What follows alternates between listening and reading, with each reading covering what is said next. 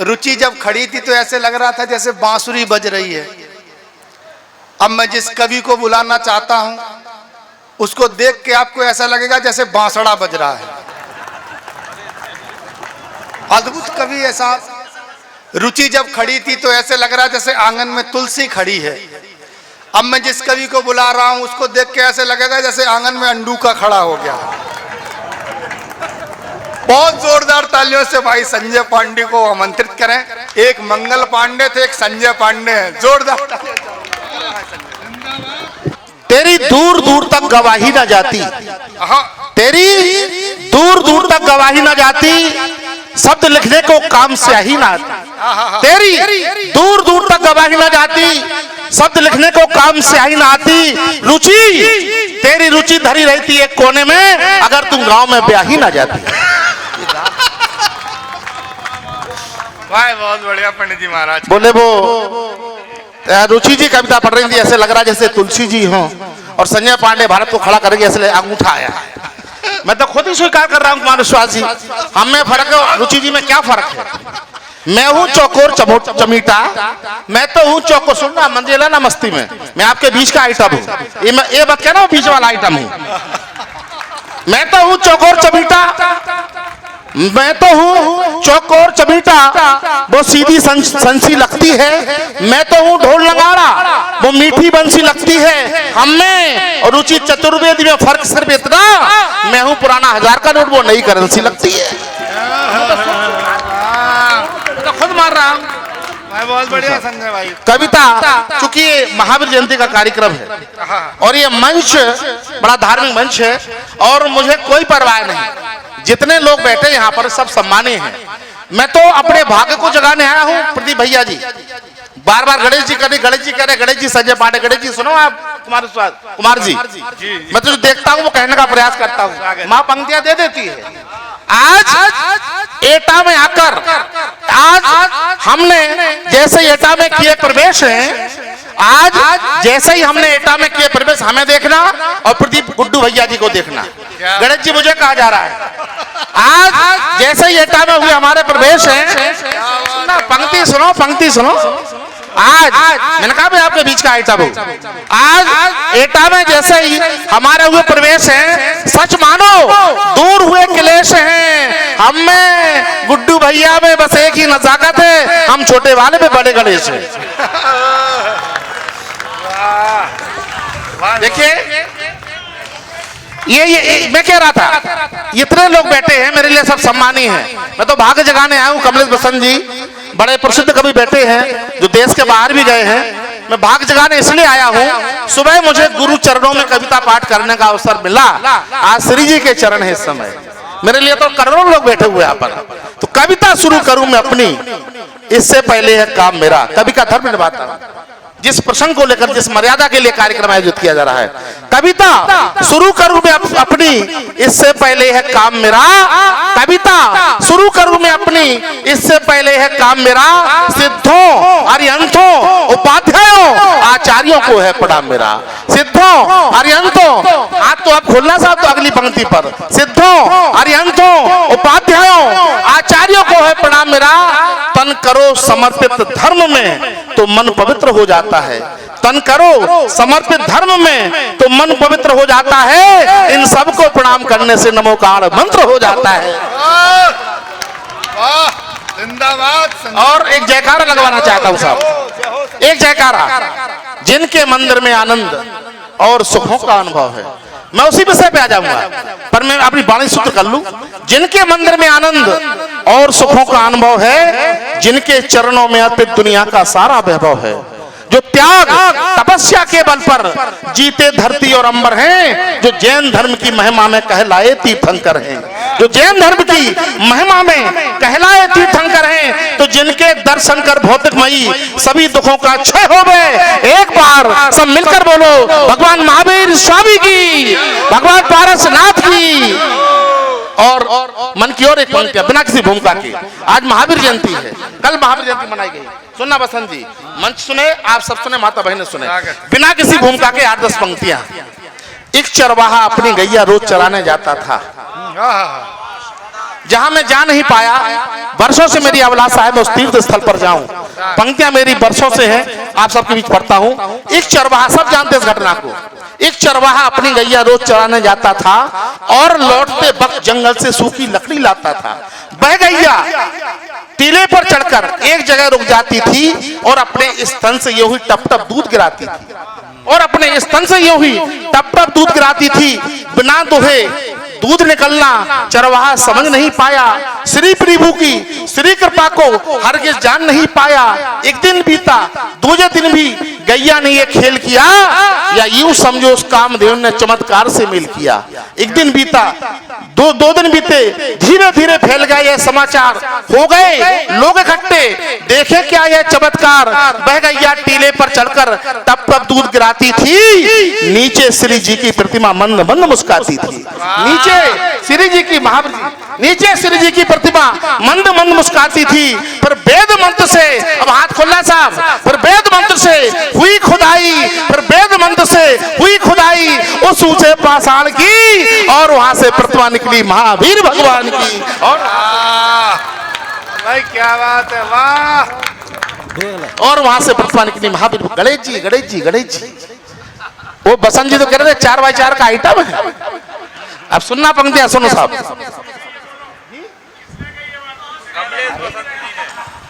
हाँ, किसने कही?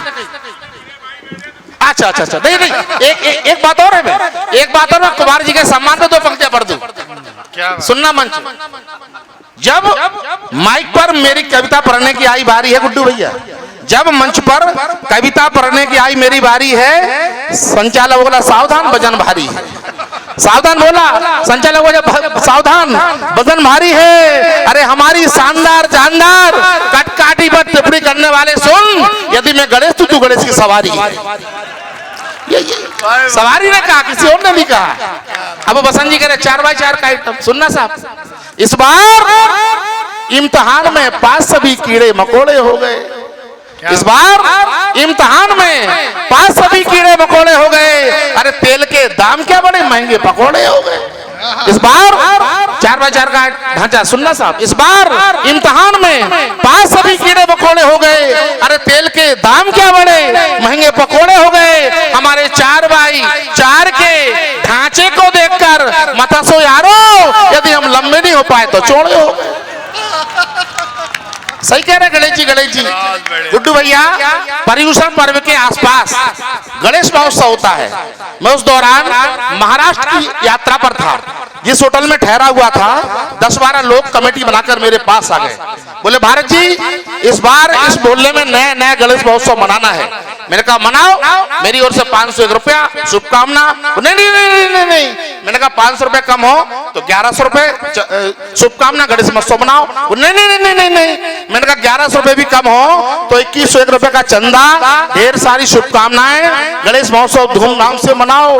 वे बोले भारत जी, समस्या पैसे की नहीं है, समस्या बहुत बड़ी है। हमने कहा क्या? बोले कल से गणेश जी को बिठाना है, अब मूर्ति मिल नहीं रही और मूर्ति मिल नहीं रही। भारत जी, हमारी समस्या को निपटाओ। बड़ी वाली सूंड, लंबे वाले कान मिल गए, आप लगा के बैठ जाओ, आप लगा के बैठ जाओ।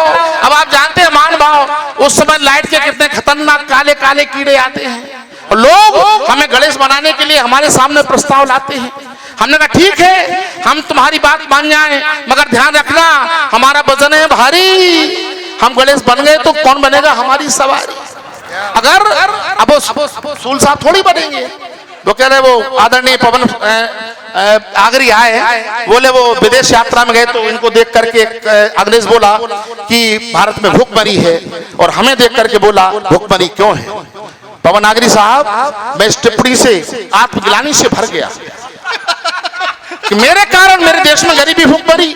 मैं आत्मग्लानि से भर गया और आत्महत्या करने के लिए 5वें माले पर चढ़ गया। मैंने छलांग लगा दी। 2 घंटे बाद मेरे नेत्र खुले, सामने सफेद वस्त्रधारी महिलाएं खड़ी थी। मैंने कहा देवियों, क्या ये स्वर्ग लोक है? तो बोले नहीं, ये नर्सिंग होम। मैंने कहा क्यों? मैं तो आत्महत्या करने के लिए कूदा था। बोले भारत जी, आप तो बच गए, लेकिन जिन 2 लोगों पे गिरे। मैंने कहा याद रखना, हमारा वजन है भारी, हम गणेश बन भी गए तो कौन बनेगा हमारी सवारी? और हाथ खोलना, मैं कभी नहीं कहता ताली बजाओ, कौन बनेगा हमारी सवारी? अरे भावुकता में आकर पहले वो हाँ कह देगा, बाद में मुकर जाएगा। आज के दौर में बूढ़े माँ बाप का बोझ तो कोई उठाता नहीं, हमारा बोझ कैसे उठा पाएगा? आज के दौर में बूढ़े माँ बाप का बोझ तो कोई उठाता नहीं, हमारा बोझ कैसे उठा पाएगा?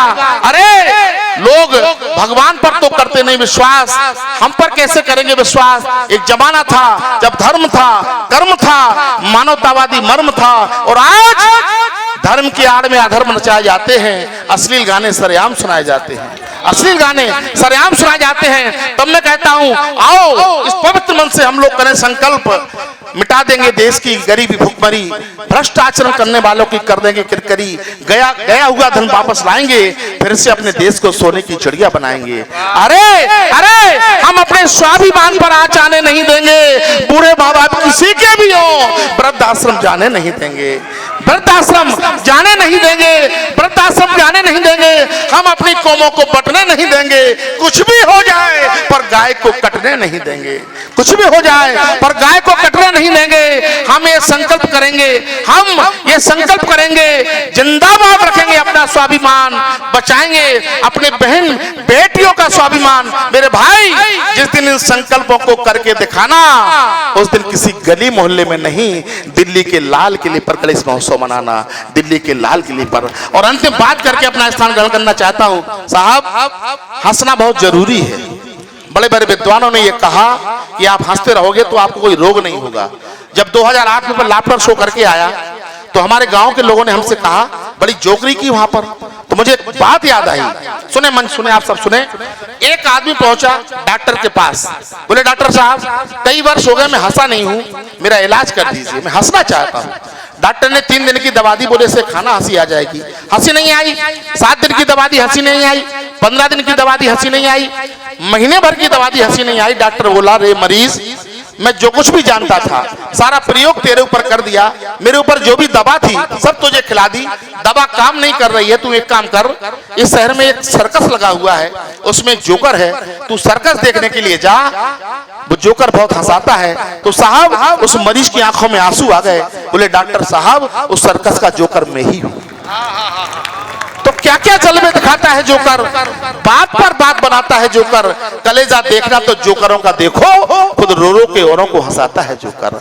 अंतिम 6 पंक्तियां, साहब टीकमगढ़ जिले में एक सर्कस आया था, उन दिनों की बात है जब जानवर काम करते थे। एक 10-12 साल की बेटी को टेबल पर लेटा दिया जाता है कुमार साहब, और एक शेर आता है, उसके ऊपर एक पंजा रखता है, 3 पंजे खड़े कर देता है, देखने वाले के रोंगटे खड़े हो जाते हैं, बेटी मर जाएगी।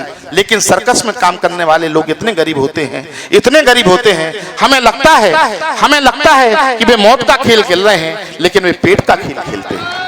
सर्कस में काम करने वाले लोग इतने गरीब होते हैं कि वो सर्कस में ही पैदा होते हैं, दूसरों को आनंद लुटाते लुटाते सर्कस में ही मर जाते हैं।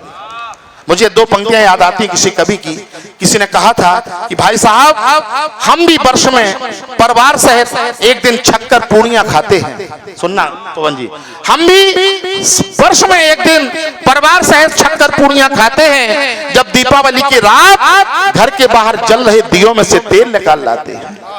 तो सुनना साहब, सर्कस में हो रहे प्रदर्शन के दौरान लेटी हुई एक मासूम बच्ची के पेट पर अपना पंजा रखे हुए एक शेर से हमने कहा, ये आप क्या दृश्य दिखा रहे हैं? एक नन्ही सी जान पर अपना बल आजमा रहे हैं। अरे ये पेट की खातिर सिर्फ विश्वास में लेटी है, निश्चित किसी गरीब की बेटी है, निश्चित किसी गरीब की बेटी है। हमारी प्रार्थना पर तरस खाइए, इसके पेट पर रखे हुए पंजे को उठाइए।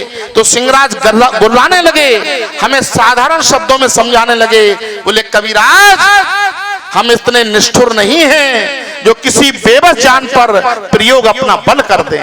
हम इतने निष्ठुर नहीं हैं जो किसी बेबस जान पर प्रयोग अपना बल कर दें। अरे हम जानवर हैं, आदमी नहीं जो किसी विश्वास किए प्राणी के साथ छल कर दें।